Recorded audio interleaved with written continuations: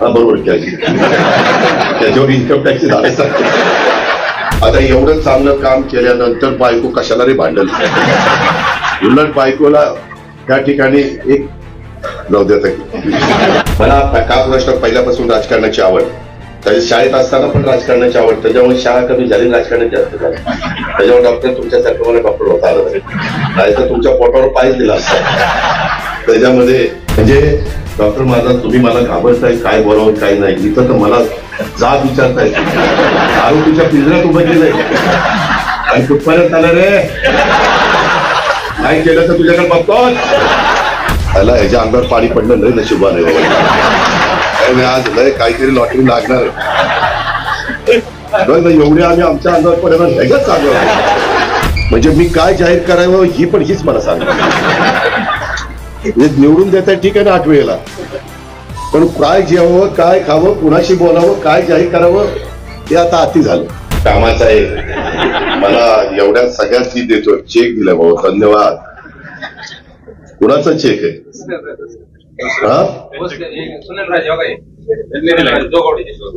वटल ना कोरा चेक. अरे मुख्यमंत्री सहाय्यता निधी दिला ना, मग ते टाक ना मुख्यमंत्री सहाय्यता निधी त्या पूरग्रस्तांच्या करता.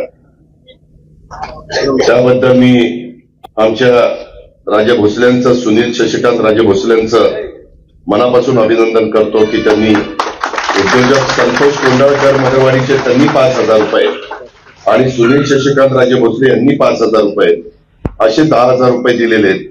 परंतु चेक मात्र एकट्या राजे भोसल्यांचा. हा बरोबर त्याच्यावर इन्कम टॅक्स झाले. तसंच आमच्या पंकज रामचंद्र निलाके साहेबांनी देखील पूरग्रस्तांच्या करता 51,000 रुपयाचा मुख्यमंत्री सहाय्यता निधीला चेक दिला.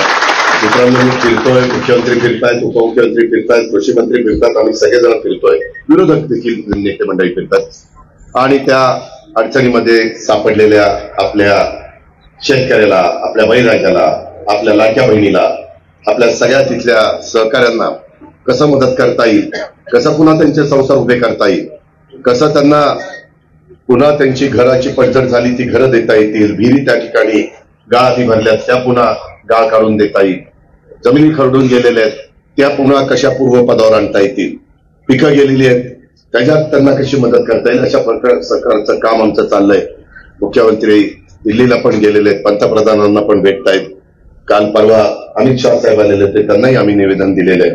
अशा पद्धतीनं काम चाललंय. आज त्याच्यातून आमच्या पंकज निलाखे, आमचे सुनील राजे भोसले, संतोष कोंडाळकर या सगळ्यांनी जे चेक दिलेले त्यांचं आभाराचं पत्र आणि प्रार्थना द्या, रिसिप्ट पण त्यांना द्या. त्याबद्दल मी त्यांचं कौतुक करतो. विशेषतः कुमारी राजनंदिनी, मी फार सकाळी लवकर आलेलो होतो. माझा कार्यक्रम होता 8ला पण मी तिथं 7लाच गेलेलो होतो आणि वेगवेगळ्या पाहणी करत करत करत करत करत मी इथं आलोय. सूरज चव्हाण पण आपल्याला माहिती आहे, एक गरीब कुटुंबामध्ये जन्माला आलेला मुलगा, पण एखाद्याच्या अंगात कला गुण काही असेल तर तो कुठं जातो. बिग बॉसच्या निमित्तानं तो अख्ख्या महाराष्ट्राला देशाला माहिती झाला आणि त्याचं घर एक बांधून द्यावं असं मनात आलं. अंतिम टप्प्यामध्ये आता तिथं मंदार दीक्षितलाही बोलवलेलं होतं, लवकरच तेही घर पूर्ण होईल. सगळ्यांचं भलं व्हावं, सगळ्यांचं चांगलं व्हावं हीच आमच्यासारख्यांची भावना आहे. म्हणूनच मी नेहमी सांगतो शिवशाहू फुले आंबेडकरांच्या विचारधारेनं स्वर्गीय यशवंतराव चव्हाण साहेबांना जो सुसंस्कृतपणा महाराष्ट्राच्या राजकारणामध्ये अनेकांच्या पुढं त्यांनी त्या ठिकाणी ठेवलाय, त्याचं अनुकरण करून कुणाचा दुस्वास न करता एकमेकाचं त्याला ह्याच्या अंगावर पाणी पडलं नाही नशिबाने. आज लय काहीतरी लॉटरी लागणार. एवढे आम्ही आमच्या अंगावर पडणार ह्याच्याच चांगलं. मित्रांनो कुमारी राजनंदिनी आणि चिरंजीव राजवीर पूनम अमृतराज मालेगावकर हे निरेचे, त्यांनी मला सकाळी 2,300 रुपयाची रक्कम त्यांना खाऊच्या करता दिलेली, पूरग्रस्तांच्या करता दिली. मी त्या राजनंदिनीचं राजवीरचं मनापासून कौतुक करतो की किरण आळंदीकर करंजेपुडे यांची ही नातवंड आहेत आणि इतकं त्यांच्यावर झालेले संस्कार, त्यांच्या मनामध्ये आलेली ही भावना ही खरोखरीच अतिशय कौतुकास्पद आहे. अशाच पद्धतीनं सगळ्यांना शिकवण आपल्या आईवडिलांनी, आपल्या आजी आजोबांनी आपल्या सगळ्यांनी करावी आणि अशी मुलं कर्तृत्वान त्या ठिकाणी जन्माला यावी. मी त्यांचं तमाम बारामतीकरांच्या वतीनं आपल्या सर्वांच्या वतीनं जे मदत पूरग्रस्तांना केल्याबद्दल त्यांना धन्यवाद देतो. मित्रांनो, मी मगाशी सांगत होतो की काहींनी विकास कामांना निधी मागितलेला, अनेकांनी केलेल्या कामाचे उद्घाटन पण करा म्हणून पण पत्र दिलेले, अनेक प्रकारच्या बदल्या याकरता देखील खूप जणांनी पत्र दिलेले, कोणाचे रस्ते अडवले गेलेले, कोणाचं ऊस बिलात कपात केली गेलेली आहे, ही न कपात करता आम्हाला परत पैसे द्या म्हणतायत. देवदर्शन यात्रा करायला काही जण बस घेऊन आमच्या लाडक्या बहिणींना निघालेले, त्यांना झेंडा दाखवायला वेळ द्या म्हणून सांगतायत. बसला प्रादेशिक पाणी पुरवठा योजना काहींच्या बंद आहेत त्या सुरू करा, काहींची कामं चाललेली आहेत त्या पूर्णत्वाला न्या, आणि वेगवेगळ्या प्रकारे नोकऱ्यांच्या बद्दल पुणे जिल्हा मध्यवर्ती सहकारी बँकेच्या संदर्भामध्ये देखील आणि अनेक इतर संस्थांच्या देखील तशा पद्धतीने मला निवेदन दिलेले. कारण मी सगळी निवेदन बारकाने बघत होतो.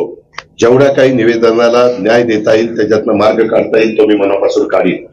पण हे सगळं करत असताना आधीच सांगतो, कालच पुणे जिल्हा बँकेची वार्षिक सर्वसाधारण सभा झाली. तिथं दिगंबर दुर्गाडे, सुनील चांदेरे, बाकीचे सगळे सहकारी होते. त्यांना विचारलं की बाबा किती, आता साधारण 356 ची भरती आहे, नंतर पुन्हा 450 ची भरती आहे, नंतर पुन्हा 290 ची भरती आहे. जसं अशा पद्धतीनं म्हणजे 290 आहेत ते ड्रायव्हर आणि शिपाई आहे, त्याच्यानंतर 456 का काहीतरी ते क्लार्क आहे, आणि आता देखील ज्या परीक्षा झालेल्या आहेत त्या तशाच आहेत. साधारण माझ्या पुणे जिल्ह्यातल्या 13 तालुक्यातल्या आणि 2 शहरातली मुलं मुली तिथं मेरिटची लागावी. तुम्ही मला पहिल्यांदा बँकेमध्ये पाठवलं, तिथं मी नेहमी अनेकांच्या मुलांना मुलींना संधी देण्याचा प्रयत्न केला. तिथं त्यावेळेस मेरिट नसायचं, आता मेरिट कंपल्सरी आहे. ही परीक्षा 90 मार्काची आहे, 5 मार्क कागदपत्रांना आहे आणि 5 मार्क मुलाखत घेणाऱ्यांना म्हणजे तोंडी परीक्षेला आहे. पण मित्रांनो, आपल्या जिल्ह्यातलीच कशी मुलं लागतील हा माझा प्रयत्न राहील. तुम्ही पूर्वीच्या पद्धतीप्रमाणे आता दादा तुम्ही सांगितलं की लागेल असं होणार नाही. MKCला परीक्षा घ्यायला सांगितलेल्या होत्या, कारण महाराष्ट्रात काही सहकारी संस्थांमध्ये फार वाईट अनुभव आला. भरतीला परवानगी दिल्यानंतर काही एक भरती करताना 20-20, 25-25 लाख रुपयाचा दर उघडला. गोरगरिबाला शक्य आहे का? कसं शक्य आहे? हे कुठंतरी थांबावं, पारदर्शकता यावी, त्याच्यामधनं वशिलेबाजी थांबावी, हा आमचा सगळ्यांचा दृष्टिकोन आहे. आणि ह्या सगळ्या नेमणुका ह्या स्थानिक स्वराज्य संस्थांच्या निवडणुका झाल्यावर केल्या जाणार, ज्याच्यावर सध्या काही निवेदन देऊ नका. कोण कसं काय कम ते आपण बघू. आणि त्याच्यानंतर मला काल दिगंबर दुर्गाडेंनी सांगितलं की बाबा आम्ही स्थानिक स्वराज्य संस्थांच्या निवडणुका झाल्यानंतर, कारण जिल्हा परिषद, तालुका पंचायत, नगरपालिका, महानगरपालिका, नगर परिषदा, आणि आता सुनील मला सांगत होते नगर किंवा ग्रामपंचायती पण आहे, त्याच्यावर निवडणुकीच्या काळामध्ये उगीच कुणावर नाराजी नको म्हणून थोडीशी कळ काढण्याची गरज आहे की याची नोंद पुणे जिल्हा मध्यवर्ती सहकारी बँकेच्या बाबतीमध्ये आपण सगळ्यांनी घ्यावी. आणि मोकाट गायींचा बंदोबस्त करण्यासाठी कंपाऊंड, आता बघा त्या वैभव मोरेंनी शहाण्यानी मोकाट गायीचा बंदोबस्त करायला 5,10,00,000 रुपयाचं कंपाऊंड द्या. हे जे काय तुझं वैभव मोरे तुझी सही आहे आणि ते मंजूर करतो असं जाहीर करा म्हणून सांगितलं. म्हणजे मी काय जाहीर करावं ही पण हीच मला सांगितलं. निवडून देत आहे ठीक आहे ना 8 वेळेला, पण काय जेवावं, काय खावं, कुणाशी बोलावं, काय जाहीर करावं हे आता अति झालं. मला कळतंय माझ्या सद्विवेक बुद्धीरस म्हणून मला जे काही करायचं ते मी करीन. मलाही त्याचा उल्लेख मगाशी डॉक्टरांनी इथं केला. अक्षरशः कधी कुणी इथं मेडिकल कॉलेज शासकीय व्हावं असं अनेक वेळेस करता आलं असतं, पण मी ठरवलेलं होतं मी असं काय या बारामतीत काम करून दाखवीन. कोरे साहेब तुम्ही पण आमदार होता, कृपा करून तुम्ही माफ करा मला, परंतु जेवढे आजपर्यंत आमदार झालेत पहिल्यापासून, मुळीकांच्या पासून, टाकळकरांच्या पासून, किंवा इथंही पुढं कधी किती आमदार होती, माझ्या कारकिर्दीमध्ये मी जेवढी कामं केलेली आहेत, हुशारकी म्हणून नाही म्हणतील काय गर्विष्ठ आहे, पण तेवढी कामं बारामती तालुक्यात एकही आमदार करू शकत. तुमच्या इथं करा निरा उपसा सिंचन योजना, आता मला निवेदन आलंय की दादा काय झालं का भाषणाच्या करता त्यांनी सांगितलं, करा निरा जोड उपसा सिंचनाबाबत जल जीवन भागातील विजराईत शेती संजीवनी योजना कार्यान्वित होत आहे, त्याची प्रगती कोठपर्यंत आली आहे. सुनील राजे भोसले, उमेश जगदाळे, ज्ञानेश्वर जगदाळे, सतीश जगदाळे, रामचंद्र बडे, भरत भोसले, बालदास जगदाळे. म्हणजे डॉक्टर महाराज तुम्ही मला घाबरताय, काय बरोबर काय नाही. इथं तर मला जाब विचारताय, आरोपीच्या पिंजऱ्यात उभं केलंय आणि कुठपर्यंत आलं रे. नाही केलं तर तुझ्याकडे बघतोच. अरे बाबा, त्याला फक्त 1000 कोटी रुपये लागतात. किती? 1000 कोटी. आणि आमदाराला आमदार निधी किती आहे? 5 कोटी वर्षाला. 5 कोटी. तरी देखील माझं गुणालेंशी डोबल माहित आहे, त्यांनीच त्याच्यामध्ये बराच लीड घेतलेला आहे. आपल्या एक्झिक्युटिव्ह इंजिनियर गुणालेंना मी सांगितलेलं आहे. गुणाले म्हणले की दादा मला थोडासा वेळ द्या, बंद पाईपलाईनचं जनाई सिरसाईचं काम त्याचंही चाललेलं आहे माझं काम. परंतु लगेच इकडं मीटिंग काय चाललंय, कुठं आहे, कसं आहे. त्या विजय मोरे आता बारामतीकरांना 2-5 कोटी 10-20 कोटी काहीच वाटत नाही. काय हे कसं काय झालं नाही, का थांबलंय. त्यामध्ये काही टेक्निकल सँक्शन असतात, ड्रॉइंग करावं लागतं, हेड किती आहे, कितीचं पाईपलाईन पाहिजे. जसं तुझं रवींद्र जे काही पिण्याच्या पाण्याची योजना करत असताना पाईपलाईनची साईज वगैरे उद्याचे 2030-40 पर्यंत लोकसंख्या हे करून ते करताना तुझ्या गावचे झालं ना आता डीपीआर वगैरे सगळ्या ह्या गोष्टी होतात. आणि मला हे करा निरा, मी आत्ताच तुम्हाला सांगतो, नम्रतापूर्वक सांगतो, तुमचा अधिकार आहे, कारण तुम्ही मला आमदार केले. त्याच्यामुळे फक्त विचारायची भाषा जरा सौम्य ठेवा, सुसंस्कृतपणा दाखवा. चव्हाण साहेबांनी शिकवलेलं, यशवंतराव चव्हाण साहेब वरतं बघतायत मी शिकवलं काय, हे करतायत काय. त्याच्यामुळं त्या पद्धतीनं 1000 कोटी रुपये लागतात. मी आज तुम्हाला सांगतो, माझं ज्यावेळेस मार्च मधलं बजेट पुढच्या वर्षीचं मी सादर करणार आहे, त्या 8.5 लाख कोटीचं असेल. त्या बजेटमध्ये या कामाला निधी दिलेला असेल आणि काम त्याच्यानंतर तेवढी मात्र कळ काढावी लागेल, ही गोष्ट लक्षामध्ये ठेवा. आणि त्याला मात्र मान्यता दिलेली आहे प्रणाली सिरसाईला, फक्त त्याचं ड्रॉइंगचं आणि टेक्निकल त्या सगळ्या गोष्टी. कारण खालनं पाणी सिरसाई तलावात नाही, इकडनं खालनं मला गव्हर्नमेंटच्या तलावातनं त्या उचलून त्याला कशा पद्धतीनं ते सगळं त्याचं ते चाललेलं आहे. एकदम तेही जादूची काठी फिरल्यासारखं फिरत नाही. त्याची नोंद वैभवा तू जरा घे, तुझी बायको चांगली, ही लय बंगाळ आहे, ती सरपंच आहे, तिनं असं नाही निवेदन दिलं मला. परंतु त्याची अडचण मला माहिती आहे, माझं बोलणंही झालेलं आहे. मी साधारण 2 टप्प्यामध्ये, मार्चच्या आधी काही, मार्चच्या नंतर काही, कारण ते इतकी मोठ्या प्रमाणात जनावरं वाढलेली आहेत आणि अख्खं माझ्या त्या भागातल्या लोकांचं प्लॉटच्या प्लॉट पार त्याचं नुकसान करून जातात. सोन्यासारखी पिकं माझा शेतकरी कष्टाने आणतो, घाम गाळून आणतो आणि त्यावेळेस त्याचं नुकसान होतं. थोड्या असत्या तर आपण पकडून दुसरीकडे कुठेतरी जंगलात नेऊन सोडल्या असत्या, पण आता संख्या किती झाली, 125च्या पुढे आहे. आणि त्याच्यामुळं मी फॉरेस्टशी पण बोललेलो आहे, फॉरेस्टला पण सांगितलेलं आहे, पण थोडंसं खर्चिक काम आहे, पण मी ते करणार आहे. हा माझा शब्द आहे, मी शब्दाचा पक्का आहे, मी कामाचा माणूस आहे. मी कधी खोटं लोकांना सांगणार नाही. एखादी होत नसेल तर मी नाही म्हणून सांगेन, पण हे मी वैभवा मी करणार आहे, जरा कळ करणार. त्यामध्ये दुसरी गोष्ट म्हणजे आज डॉक्टर साहेब, तुम्ही मगाशी जी काही मागणी केली, तुम्हाला माहिती आहे की एक मेडिकल कॉलेज करण्याच्या करता किती खर्च येतोय. जवळपास 1000 कोटीपेक्षा जास्तीचा खर्च आपण केलाय. आयुर्वेदिक कॉलेजला जवळपास 400-450 कोटीचा, अमोल 400-450 कोटीचा खर्च केलाय. जनावरांच्या करता जे डॉक्टर आहेत, जनावरांच्या करता, त्याकरता एक कॉलेज काढतोय वेटरनरी, 550 कोटी रुपयाचं कॉलेज आहे. त्या अमोलनं एक्झिक्युटिव्ह इंजिनियर पवार आहे, त्याला विचारा, इतका सुंदर प्लॅन केलेला आहे. ते बघितल्यानंतर तुम्ही म्हणाल राव ही जनावर करता, आपली गाय आजारी पडल्यावर विचारायचं. इतकं सुंदर कॉलेज त्या ठिकाणी करतो. मेडिकल त्याचं शिक्षण, तिथं डॉक्टर पण आपण बनवणार, ते पण वेटरनरी डॉक्टर, ते पण आपण त्या ठिकाणी करतोय. आणि डॉक्टर सावंत, मी ज्यावेळेस जातो त्यावेळेस मी पाहत असतो. मी परवाही माझं एक शिबिर होतं पक्षाचं, ते शिबिर संपल्यावर मला अलीकडं राज्यपाल, मुख्यमंत्री, दोन्ही उपमुख्यमंत्र्यांना सरकारी खर्चाने विमान, हेलिकॉप्टर वापरता येतं. आपण सगळीकडेच वापरत नाही, कारण जिथं गाडीनं जायला पाहिजे, ज्याच्यातनं आपल्याला रस्ते कळतात, कसे परिसर कळतो. त्याच्यावर परवाचा पण सोलापूर, धाराशिव, माझा जालना, बीड आणि औरंगाबाद हा प्रवास मी सगळा बाय रोड केलेला होता. आणि त्याच्यामुळं रानात जाता येतं, उतरता येतं, बांधावर जाता येतं, लोकांचे प्रश्न समजून घेता येतात. अशा पद्धतीनं मी हे सगळं करतोय. आणि त्या दिवशी येताना मी 2 तास काढले आणि एक CSR मधनं अतिशय उत्तम अशा प्रकारचं हॉस्पिटल, हे कॅन्सर हॉस्पिटल नागपूरला रोडच्या कडेला अशा प्रकारे केलेलं आहे.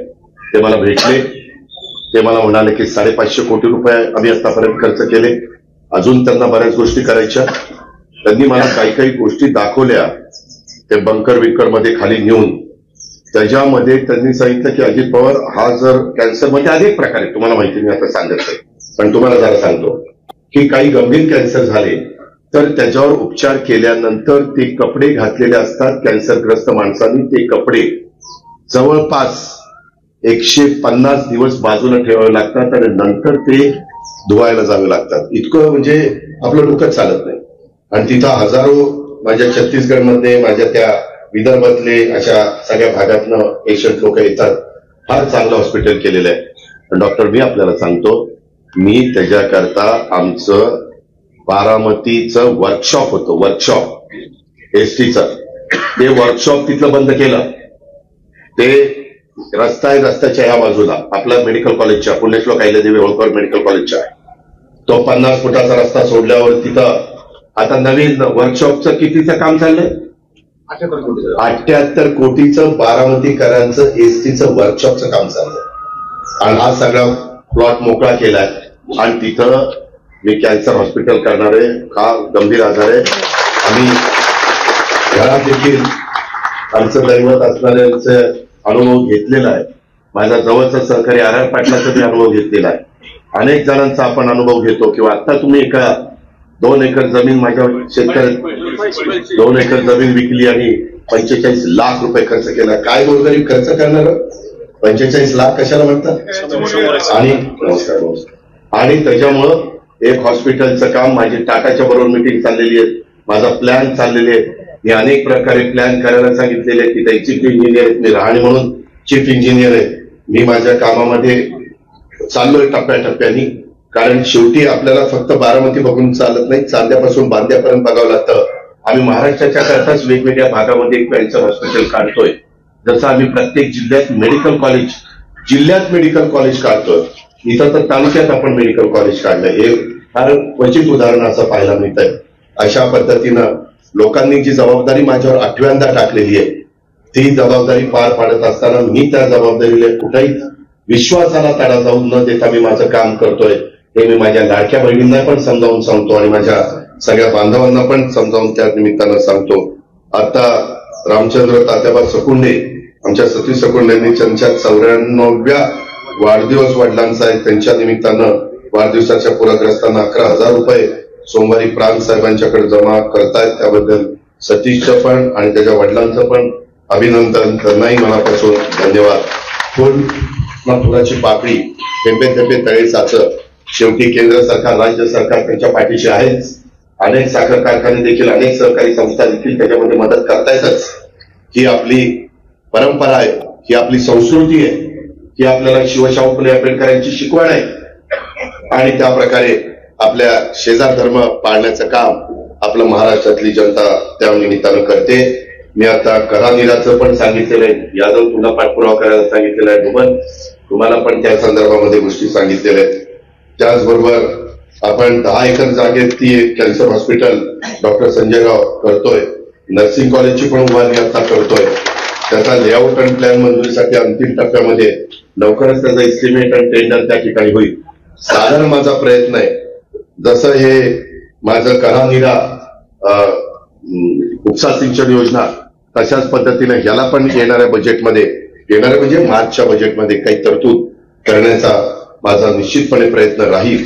याबद्दलची खात्री मी माझ्या सर्व बारामतीकरांना, सर्व ह्या परिसरातल्या माझ्या सहकाऱ्यांना देतो. त्याचबरोबर माझ्या आज पंडिता रमाबाई यांच्या कार्यापासून एक प्रेरणा घेऊन अलकाताई यांनी पंडिता रमाबाई समाज प्रबोधन संस्थेची स्थापना केलेली आहे.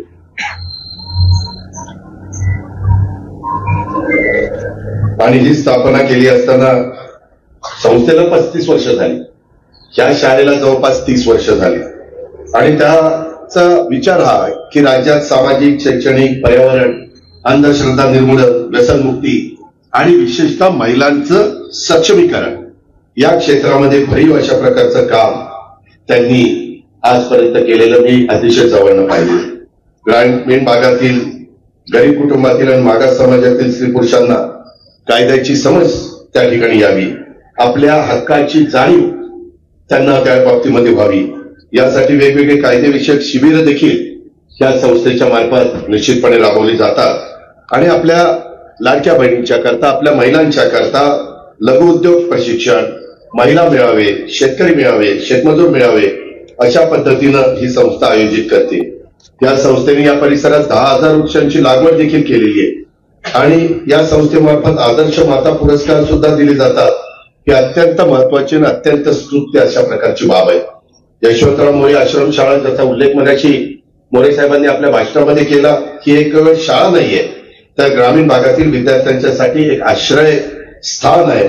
आणि ही संस्था गेल्या अनेक वर्षापासून या भागातल्या अनाथ, निराधार, इतर मागास, बहुजन कल्याण, विमुक्त जाती, भटक्या जमाती आणि गरीब कुटुंबातील मुलांना, मुलींना शिक्षणाचा प्रकाश, शिक्षणाची कवाडं, शिक्षणाची दालनं हे त्या ठिकाणी उघडण्याच्या दृष्टिकोनातनं सध्या या शाळेत 450 विद्यार्थी शिकतायत. त्याच्यामध्ये आदर्श शाळेचा पुरस्कार या आश्रमशाळेला मागे मिळालेला आहे. ही पण अतिशय अभिमानाची अशा प्रकारची बाब आहे. आधुनिक काळातील बदलत्या आव्हानांना सामना करण्याच्यासाठी राज्य शासनाच्या वतीनं आम्ही आश्रमशाळांच्या मध्ये देखील खूप वेगवेगळ्या प्रकारचे आमूलाग्र बदल करतोय. त्याच्यामध्ये शिक्षण हे परिवर्तनाचा प्रभावी माध्यम आहे. आता बुद्धिमत्तेचे दिवस आहेत आणि त्याच्यामुळे विद्यार्थ्यांना पूर्ण शिक्षण त्या ठिकाणी देण्यासाठी आश्रमशाळेमध्ये विविध नाविन्यपूर्ण उपक्रमाची अंमलबजावणी करण्याचं काम इथं होतंय. आश्रमशाळेमध्ये अत्याधुनिक आणि भौतिक व शैक्षणिक सुविधा प्रदान करण्याचं देखील काम होत आहे. आणि त्याचंच मूर्तिमंत उदाहरण म्हणजे आमचे विमलचंद्र बुडके यांनी हे यंत्र मंत्र तंत्र मायबोली मराठीमध्ये माझ्या मुलांना, मुलींना, ग्रामीण भागातल्यांना समजावं. मी बारामतीमध्ये एक आता सायन्स पार्क पण उभं करतोय. मी लवकरच ती जागा पण घेतलेली आहे. ते पण माझं काम त्या ठिकाणी चाललेलं आहे. एक आपण कृषी विज्ञान केंद्रामध्ये केलेलंच आहे, परंतु अजून एक शहराच्या पलीकडच्या बाजूला मी करतोय. त्याच्यामध्ये या सगळ्या गोष्टी करत असताना आपल्या स्वातंत्र्य सैनिक जगन्नाथ अण्णा कोकरे यांच्या स्मृतीप्रित्यर्थ मुक्ता जगन्नाथ पुरस्कार हे दिले जातात. आणि स्वातंत्र्य सैनिक अण्णांचं काम मी फार जवळ नव्हतं. मला का प्रश्न पहिल्यापासून राजकारणाची आवड, त्याच्या शाळेत असताना पण राजकारणाची आवड, त्याच्यामुळे शाळा कमी झाली, राजकारणात जास्त झाली. त्याच्यामुळे डॉक्टर तुमच्यासारखं मला डॉक्टर होता आलं नाही तर तुमच्या पोटावर पायच दिला असता. त्याच्यामध्ये स्वातंत्र्य आपले अण्णांचं कार्य आम्ही जवळनं बघितलेलं आहे. अण्णा हे स्वातंत्र्य सैनिक होते, तर मुक्ताताई या त्यांच्या धर्मपत्नी या दोघांच्या नावाचा समावेश या पुरस्काराच्या नावात आहे. अलीकडची मुलं परदेशात शिकायला बहुतेक मुलं मुली गेली की आई बापाला विसरूनच जातात, येत नाही. कधी कधी एखाद्या, सगळ्यांचं नाही, काही काही आहेत चांगली, पण काही जण जर कधी काही बरं वाईट झालं तर तिकडूनच स्क्रीनवरच ते दर्शन घेतात आणि तिसरा करतात, अंत्यविधी करतात, अस्थि विसर्जन करतात, 10वा करतात, 13वा करतात, 14वा करतात, सगळं तिकडनं. असं अनेक उदाहरणं माझे. मला कुणाला बदनामी करायचं नाही, पण बाबांनो, तुम्हाला मला आईबापांनी जन्म दिला म्हणून आपण इथं त्याची जाणीव ठेवा. कधी कधी काही मुलं चुकीच्या व्यसनाधीन झाल्यानंतर आईबापाशी पण चांगलं वागत नाहीत, अशा प्रकारच्या बातम्या आपण ऐकतो. मेहरबानी करा, असं करू नका, हे मला या निमित्तानं सांगायचं आहे. आणि अण्णांच्या स्वातंत्र्य सैनिकांच्या कमिटीवर देखील अण्णा होते. 20व्या वर्षी त्यांनी त्या काळामध्ये तुरुंगवास भोगलेला होता. 2 वर्ष ते तुरुंगात होते. आणि देशाला स्वातंत्र्य मिळाल्यानंतर त्यावेळेस देशामध्ये काँग्रेसने स्वातंत्र्य मिळालं. साहजिकच त्यांचं काँग्रेसवर प्रेम होतं. त्या काळातली विचारधारा काँग्रेसची होती. सगळेजण काँग्रेसला त्या बाबतीमध्ये म्हटलं जायचं की काँग्रेसने दगड जरी उभा केला म्हणजे दगडाला शेंदूर लावला तरी लोक त्या ठिकाणी मतदान करतील काही म्हणायचे लोक. परंतु आता तसं नाही, लय काम करावं लागते. त्याच्यामध्ये मला माहितीये की त्यांनी त्या काळात पक्षामध्ये काँग्रेसमध्ये प्रवेश केला. आम्ही त्या जन्मालाही आलो नव्हतो. परंतु पवार कुटुंबियांचा आणि अण्णांच्या कोकरे कुटुंबियांचा अतिशय घनिष्ठ अशा प्रकारचा संबंध. आदरणीय पवार साहेबांची जी कट्टर माणसं होती, कट्टर, त्याच्यामध्ये पहिल्या 5 मध्ये जगन्नाथराव अण्णा होते. एवढे कट्टर की त्यांनी एका इलेक्शनला स्वतःचे जावई बापू उभे राहिले होते शरदराव पवारांच्या विरोधात. म्हणजे ही गोष्ट 2078ची आहे. आणि त्यावेळेस त्यांनी जावयाचं ऐकलं नाही, अलकाताईंचं ऐकलं नाही. त्यांनी पवार साहेबांचा त्या ठिकाणी प्रचार केला. एका विचारांशी ते नेहमी ठाम असायचे, लोकहितासाठी नेहमी अग्रेसर असायचे. अशा पद्धतीचं त्यांचं ते काम खरोखरीच आता अशी माणसं क्वचितच पाहायला मिळतात. ही गोष्ट सगळ्यांना नम्रतेनं मान्य करावी लागेल. आणि त्या अण्णांना देखील मी अभिवादन करतो. त्यांच्या नावाने दिलेला पुरस्कार आज अतिशय योग्य अशा प्रकारची निवड ही या संस्थेने केलेली आहे. डॉक्टरांची, या समाजात उत्कृष्ट काम करणाऱ्या आतापर्यंत अतिशय महनीय अशा प्रकारच्या व्यक्तींना पुरस्कार दिला जातो. यापूर्वी आबासाहेब देशमुख यांना गणपतराव देशमुख नावांनी पण ओळखलं जायचं. आज ते आपल्यात नाहीये. त्यांचा नातू बाबासाहेब आता आमच्या बरोबर आमदार आहे. परंतु अतिशय लोकांच्या करता काम करणारी व्यक्ती. काही नाही, मंत्री असले तरी बसमध्ये जाणार, एसटीने जाणार. मला आठवते त्यांना जो बंगला मिळाला नव्हता, नंतर काही कारणानिमित्त शेका पक्षाच्या 3 जागा होत्या. एक गणपतरावांना होती, एक मला वाटतं धैर्यशीलच्या वडिलांना होती आणि एक मीनाक्षाताईंना होती. आणि काही निमित्ताने त्यांनी सरकार सोडलं. त्या बंगल्यातनं एक छोटीशी बॅग घेतली आणि बाहेर निघाली. काही बाकीचं त्या घरात नव्हतं, सगळं होतं ते सरकारी होतं. इतका साधा सरळ माणूस, पण त्यांना पण हा पुरस्कार आमच्या मोरे साहेबांनी दिलेल्या वनराईचे अध्यक्ष मोहन धारियाजी, कुमार सप्तर्षीजी, डॉक्टर अनिल अवचटजी, अंधश्रद्धा निर्मूलन समितीचे कार्याध्यक्ष डॉक्टर नरेंद्र दाभोळकरजी, त्यांचंही काम आपल्याला सगळ्यांना माहिती. माझ्याकडे तर अनेकदा डॉक्टर साहेब ते यायचे आणि मी एवढी मदत करायचो त्यांना मी सरकारमध्ये असताना की पण काय, काळाच्या नेत्याच्या पुढे अशी सोन्यासारखी माणसं आपल्यामध्ये राहत नाही. त्यांना राजू शेट्टी, शेतकरी संघटनेचे नेते, या मान्यवरांना आतापर्यंत हे पुरस्कार दिलेले आहेत. आणि यावरून या पुरस्काराची उंची आणि महत्व हे लक्षात येतं. आता तुम्ही पण तेवढ्याच ताकदीचे, तेवढ्याच उंचीचे, तेवढेच महत्वाचे आहात. म्हणूनच हे सगळं इथं झालेलं आहे. कारण तुम्ही स्वतः रुग्णसेवा ही ईश्वर सेवा मानून मोठ्या शहरात संधी असताना पण आपण ग्रामीण भागात गोरगरीब, माझे शेतकरी, माझा शेतमजूर, माझा त्या ठिकाणी त्यांची आरोग्याची काळजी, गरज ओळखून सामान्य जनतेला अतिशय माफक दरात वैद्यकीय सेवा करणाऱ्या डॉक्टर संजय सावंत आणि त्यांच्या पत्नींची साथ नीताताईंची यांना यावर्षीचा मुक्ता जगन्नाथ पुरस्कार प्रदान करण्यात आलेला आहे. खरोखरीच मला संस्थेच्या किंवा जी निवड करते त्या निवड समितीला धन्यवाद द्यायचे की अतिशय योग्य व्यक्तीची सार्थ निवड तुम्ही त्या ठिकाणी केलेली आहे. डॉक्टर आमचे सावंत हे वैद्यकीय सेवा देत असताना 16 गावांच्या मध्ये अनेक वर्षापासून सुवर्णकन्या अभियान ते राबवत आहेत. या अभियानाअंतर्गत ज्या दाम्पत्यांनी एका मुलीवर कुटुंब नियोजन शस्त्रक्रिया केलेली आहे त्या दाम्पत्याच्या मुलीच्या नावावर प्रशांत क्लिनिक तर्फे माझ्या माहितीप्रमाणे 15,000 रुपये त्या ठेव ठेवली जाते. आणि ज्या दाम्पत्यांनी 2 मुलींवर कुटुंब नियोजनाची शस्त्रक्रिया केलेली आहे त्यांच्या नावावर मुलींना प्रशांत क्लिनिक तर्फे आजन्म मोफत वैद्यकीय सेवा ही पुरवण्यात येते. आणि सातारा जिल्हा कोरेगाव विठ्ठलवाडी परिसरात गेल्या 25 वर्षापासून अनेक नाविन्यपूर्ण उपक्रम त्यांनी राबवलेले आहेत. आतापर्यंत 1 लाख रुग्णांच्यावर मोफत उपचार त्यांनी केलेले आहेत. वैद्यकीय आणि सामाजिक विषयावर सातत्याने त्यांचं लिखाण चालतं आणि उल्लेखनीय बाब त्या बाबतीमध्ये त्यांची आहे. आता एवढं चांगलं काम केल्यानंतर बायको कशाला रे भांडल? उलट बायकोला त्या ठिकाणी एक जाऊ देत राजकीय आणि सामाजिक क्षेत्रात मोठं योगदान देणाऱ्या अशा अनेक मान्यवरांना तुम्ही या सगळ्या गोष्टी केल्या. माझ्याकडे अर्थ खातं आहे, त्यामुळे या भागातील सर्वांगीण विकासाच्या करता देखील मी निधीची कुठं कमतरता पडू देणार नाही अशा प्रकारची खात्री आणि शब्द देखील मी देतो. यापुढच्या कालखंडात देखील आमचे डॉक्टर वैद्यकीय आणि सामाजिक क्षेत्रात असंच दर्जेदार काम करत राहतील, त्याच्याबद्दल त्यांनी स्वतः सुतोवाच केलेला आहे. पंडिता रमाबाई समाज प्रबोधन संस्था आणि यापुढे अशाच प्रकारचं भरीव सामाजिक शैक्षणिक कार्य ते होत राहील. त्याच्यामध्ये आज जे काही कार्यक्रम आहे, मला इथं आता लालासाहेब नलवडे माझे मोठीचे पण लोक आहेत, माझे मोरगावचे पण लोक आहेत. त्यामध्ये मी मोरगावला रयत शिक्षण संस्थेची एक वास्तू तिथं दयनीय अवस्था झाली त्याच्यावर बांधतोय, कारण मी परवा गेलेलो होतो. जवळपास गुडघाभर ते पाणी तिथं जात आहे. लवणात ती शाळा आहे, एका बाजूच्याही चांगली, पण ते काम मी CSRच्या माध्यमातून ओपन करतोय. त्याचबरोबर मी मूर्तीचा प्लॅन सगळा बदललेला आहे. मूर्तीमध्ये तुम्ही जे काही मला नकाशा जो दाखवला तर त्याच्यामध्ये आत्ताची शाळा सोडून जुनी जी शाळा आहे त्याच्या मागच्या बाजूला मी ती शाळा करतोय, प्राथमिक शाळा.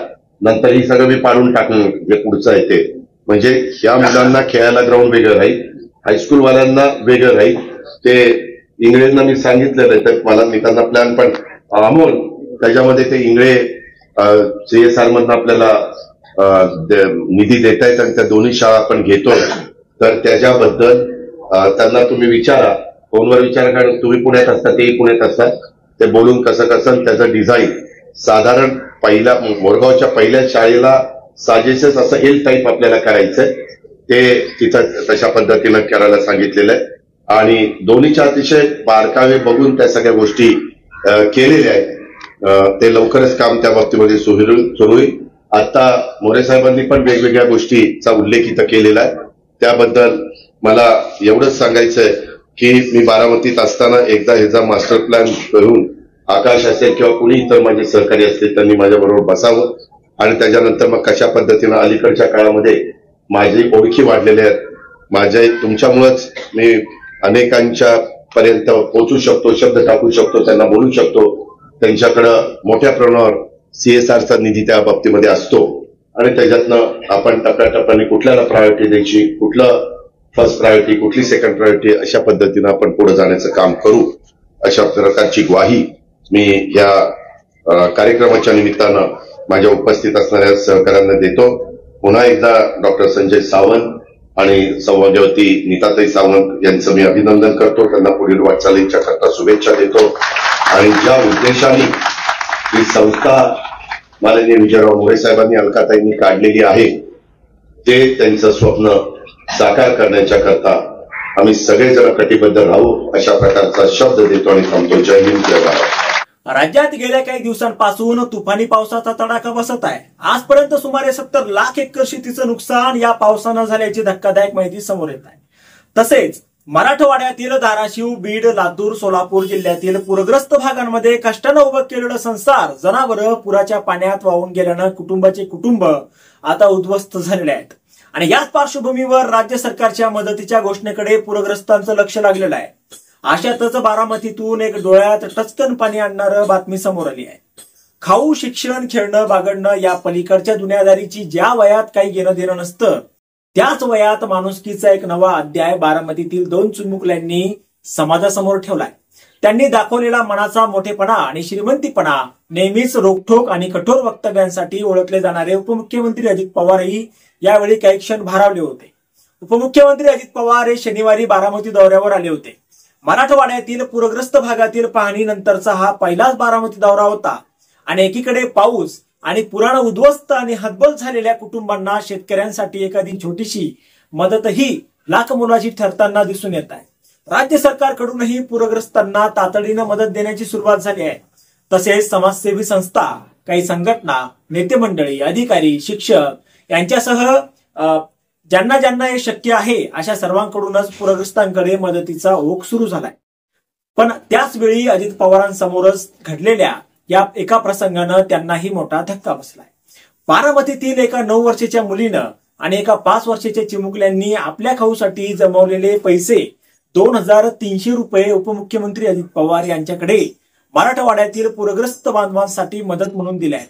हे सर्व पैसे या 2 चिमुकल्यांना त्यांच्या पाहुण्यांनी खाऊसाठी म्हणून दिल्याची माहिती आहे.